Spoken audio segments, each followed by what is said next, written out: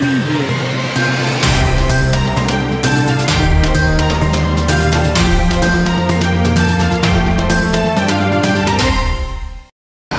êtes bien sur la télé qui vous parle, mesdames et messieurs, bonsoir et bienvenue dans votre édition d'information dont voici le sommaire. Les passations de services dans les différents ministères sont bel et bien effectives. Dans un folklore total, le nouveau patron du sport sénégalais Yankoba Diattara a pris fonction. Et puis c'est aussi la même ambiance au ministère de la microfinance et de l'économie sociale et solidaire. Zahra Iyane Thiam a passé la main à Victorine Ndeye.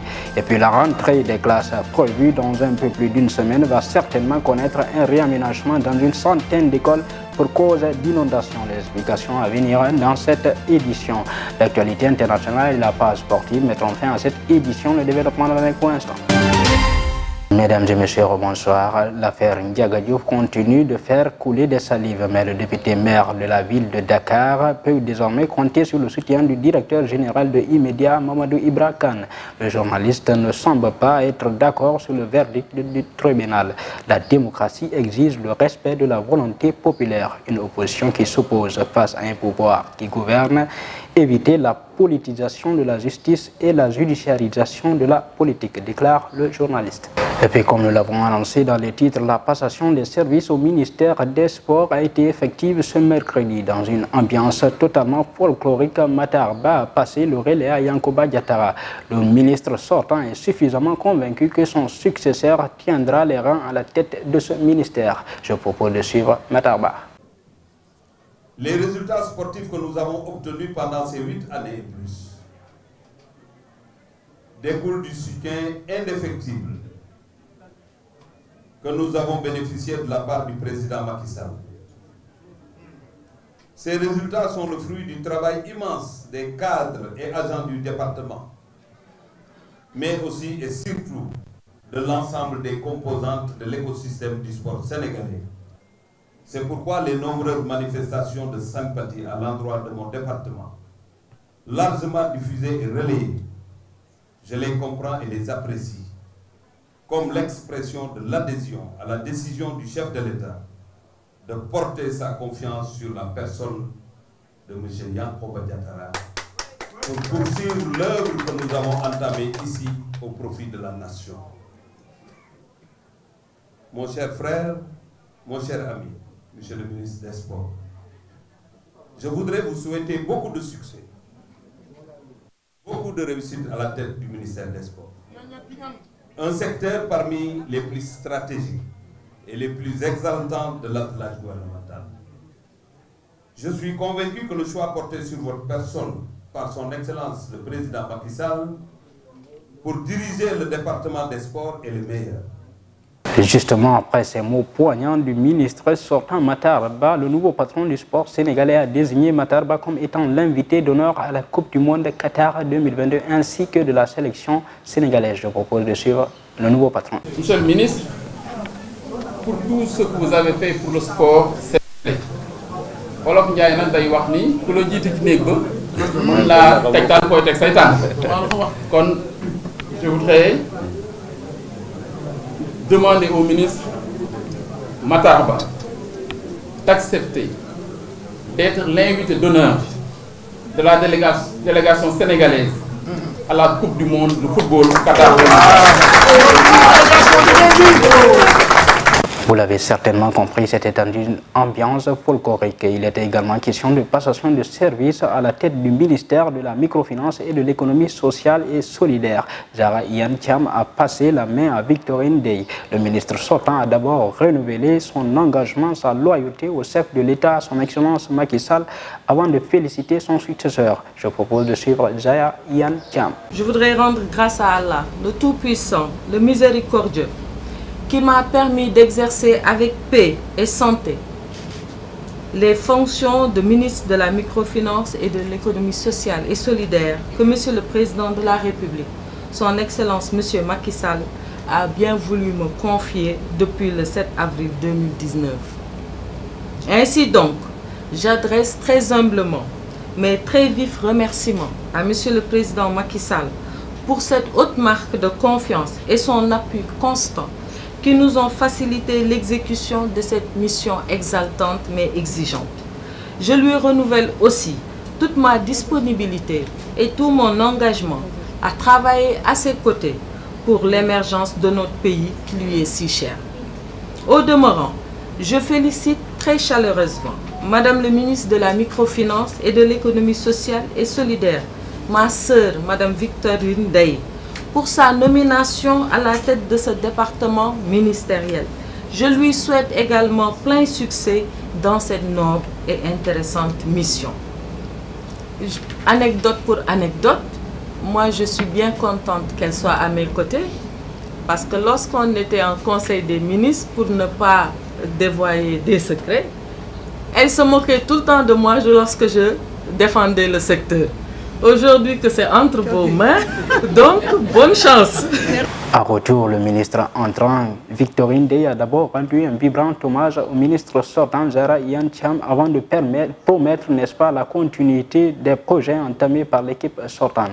Suivant Victorine Ndeye. Après avoir sacrifié à la cérémonie de passation de service, marquant mon entrée en fonction, permettez-moi de rendre un hommage appuyé à Madame le ministre Zahra Iyane Thiam, qui a su inscrire de belles notes dans la symphonie destinée à améliorer le bien-être de nos concitoyens. J'ai été témoin de son abnégation et de son engagement à porter haut la microfinance et l'économie sociale et solidaire. En effet, c'est de cela qu'il s'agit, d'engagement.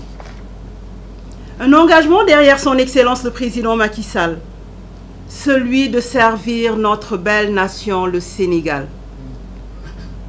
Un engagement qui trouve son sens dans la complémentarité et dans la continuité de nos actions. C'est pour cela que je serai dans la continuité de mes prédécesseurs, que sont les ministres Aminata Angélique Monga et Zahra Iyane Thiam, toutes deux engagées dans la matérialisation de la vision et de l'ambition affirmée du chef de l'État de bâtir ce Sénégal de tous, le Sénégal pour tous. Et puis les noms des présidents des 14 commissions permanentes de l'Assemblée nationale sont désormais connus à l'issue de la dernière session à l'hémicycle qui a clos la première. On peut retenir que les coalitions Benno Bokk Yakaar et Yewwi Askan Wi caracolent largement en tête devant la coalition Wallu-Sénégal. Je vous l'annonçais dans les titres, la rentrée des classes initialement prévue le 3 octobre prochain pour les enseignants et le 6 pour les élèves va connaître un petit réaménagement pour cause d'hivernage. En effet, une centaine d'écoles sont encore sous les eaux. Les explications de Léna Mbaye. La rentrée des classes est fixée au 3 octobre pour les enseignants et au 6 pour les élèves. Selon le principe du Ubbi Tay Jàng Tay en vigueur ces dernières années, les cours doivent débuter le jour de la rentrée dans tous les établissements publics du pays. Mais une centaine d'écoles feront exception, celles-ci sont inondées. Le directeur de la formation de la communication du ministère de l'Éducation nationale, Mamadou Moustapha Diagne, informe que le démarrage des cours sera effectif dans ces écoles avant la fin du mois de novembre, coïncidant avec la fin de l'hivernage. À ce moment, précise-t-il, les eaux seront définitivement dégagées en rapport avec les pompiers et les agents du service d'hygiène. Mamadou Moustapha Diagne estime qu'il ne sert à rien d'évacuer les eaux alors que l'hivernage n'est pas terminé. Malgré tout, la rentrée devrait se dérouler dans de bonnes conditions, selon le ministère de l'Éducation. Les inondations ne concernent qu'une centaine d'écoles, alors que le Sénégal en compte près de 15 000, soit 4 000 collèges, 300 lycées et 10 000 écoles élémentaires. Parmi les écoles épargnées par les eaux de pluie, certains sont occupés par les sinistrés des inondations. Mais le ministère de l'Éducation nationale demande aux collectivités locales de reloger les concernés avant le 30 septembre, la date fixée par la tutelle pour reprendre les établissements en question. Et puis un avion ultra léger motorisé de la gendarmerie s'est écrasé ce jeudi vers 2 h du matin, rapporte le journal Les Échos. Fort heureusement, il n'y a aucun blessé. Ainsi, les prévôts de la gendarmerie nationale ont apporté leur aide pour cette enquête. L'ADC Bernard de la gendarmerie de l'air en tant qu'enquêteur des accidents aériens militaires et un capitaine de la gendarmerie des transports aériens ont apporté leur connaissance aux gendarmes sénégalais. Le week-end dernier, alors que des milliers de Sénégalais étaient encore à Touba après le Grand Magal, un drame a eu lieu à l'hôpital Matlaboul Fawzani de la ville sainte. Une jeune femme enceinte qui a décroché le bac cette année a perdu la vie dans cet hôpital. D'après sa famille, ce sont les médecins traitants qui l'ont tué. Son bébé, lui, a réussi à être sauvé, mais la famille ne décolère pas. Un des frères de la victime interpelle même le ministre de la Santé pour faire la lumière sur cette affaire. Au cas contraire, la famille menace de se faire justice. Présent place à l'actualité internationale au Burkina Faso, le verdict dans l'affaire Boubou Boukari est tombé. Général Gilbert Diendéré est condamné à 20 ans de prison. Lors de l'Assemblée générale des Nations unies, les 3 présidents du Congo, du Rwanda et de la France ont échangé ensemble afin d'agir pour lutter contre les violences dans l'est de la RDC. En Russie, au moins 1341 personnes ont été arrêtées lors d'une manifestation. En Iran, la colère continue depuis près d'une semaine à cause des manifestations. Et puis au Mexique, un puissant séisme de magnitude 6,5 a été enregistré hier. Les détails de Yaharagui. Démarrons l'actualité internationale au Burkina Faso. Après 3 jours de procès, le verdict dans l'affaire Boubou Boukari a été livré tard dans la nuit d'hier. Condamné à 20 ans de prison ferme dans l'affaire Boukari, le général Gilbert Diendéré et le lieutenant-colonel Bamba Amadou sont reconnus coupables des faits de complicité, d'arrestation illégale et séquestration aggravée d'infraction de recel de cadavres n'a pas été retenu par le tribunal. Le président de la République démocratique du Congo, Félix Tshisekedi, du Rwanda, Paul Kagame et de la France, Emmanuel Macron, sont convenus mercredi lors d'une rencontre à New York d'Asie ensemble pour lutter contre les violences dans l'est de la RDC, a annoncé l'Élysée. C'était lors d'un entretien en mars de l'Assemblée générale des Nations unies. Les 3 dirigeants comptent apporter une réponse raisonnable et coordonnée à la menace portée par le groupe terroriste ADF dans la région. En Russie, au moins 1341 personnes ont été arrêtées hier lors des manifestations improvisées contre la mobilisation partielle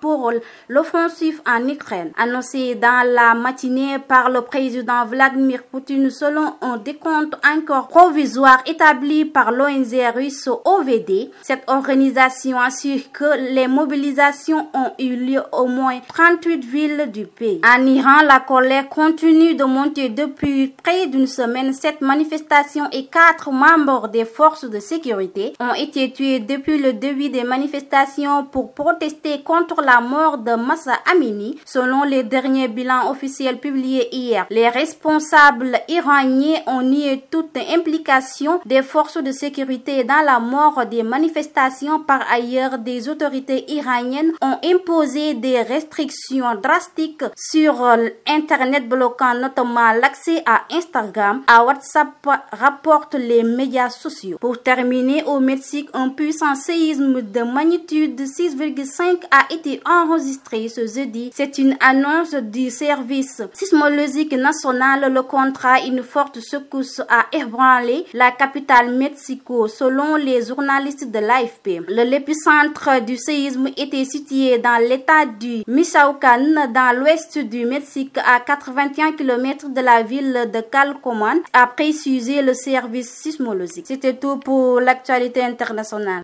Merci Yahara pour cette actualité internationale. Maintenant, place à l'actualité sportive. Football local, il faudra encore attendre pour démarrer la nouvelle saison pour les clubs sénégalais. Et puis match amical Sénégal-Bolivie à guichet fermé, le histoire du stade d'Orléans est vivement décrié.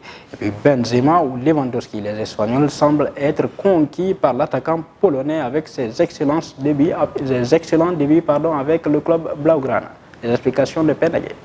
Nous démarrons la page sportive avec la Ligue sénégalaise de football professionnel a décidé de reporter le début de la saison à temps après. Les clubs devront poursuivre la préparation hivernale. Il faudra encore patienter pour regarder les premiers matchs de la saison 2022-2023. La Ligue sénégalaise a informé que cette décision est prise hier. Pour les raisons administratives, le démarrage du championnat professionnel Ligue 1 et Ligue 2, initialement prévu le 1er octobre 2022, est reporté au 15 octobre 2022. C'est la deuxième report du début de la saison par la Ligue sénégalaise football professionnel. Notons que le tirage au sort est déjà effectué. Et puis pour toutes les places disponibles étant vendues, la billetterie pour cette amicale internationale FIFA est fermée. La rencontre qui aura lieu ce samedi au stade de la Source se jouera à guichet fermé, a fait savoir l'US Orléans. C'est dans le stade la Source que se tiendra ce samedi cette rencontre amicale. Dotée d'une capacité d'accueil de 7533 places, la fin de la vente des billets est annoncée depuis mardi. À guichet fermé, une forte mobilisation des Sénégalais est attendue. Les Lions seront ravis de retrouver les supporters alors qu'ils démarrent la préparation pour Qatar 2020. Pour terminer, alors que personne ne remettait en question la qualité de Robert Lewandowski avant son transfert à Barcelone, il ne fait aucun doute qu'il a impressionné beaucoup de monde en Espagne dès son arrivée. Lewandowski a élevé le niveau de l'attaque de Barcelone, marquant 11 buts en 8 matchs. Cela équivaut à un but toutes les 57e minutes. Il est intéressant de noter que l'attaquant polonais a récemment dit qu'il pensait que le chemin vers le ballon d'or était plus court au FC Barcelone qu'au Bayern Munich. S'il maintient cette forme, il sera sans aucun doute dans le débat pour le prix de la saison prochaine. C'était tout pour la page sportive. Merci Penda pour cette actualité sportive. Mesdames et messieurs, voilà qui met fin à cette édition d'information. Merci de l'avoir suivi. Restez en compagnie des programmes de la Time for Africa les meilleurs.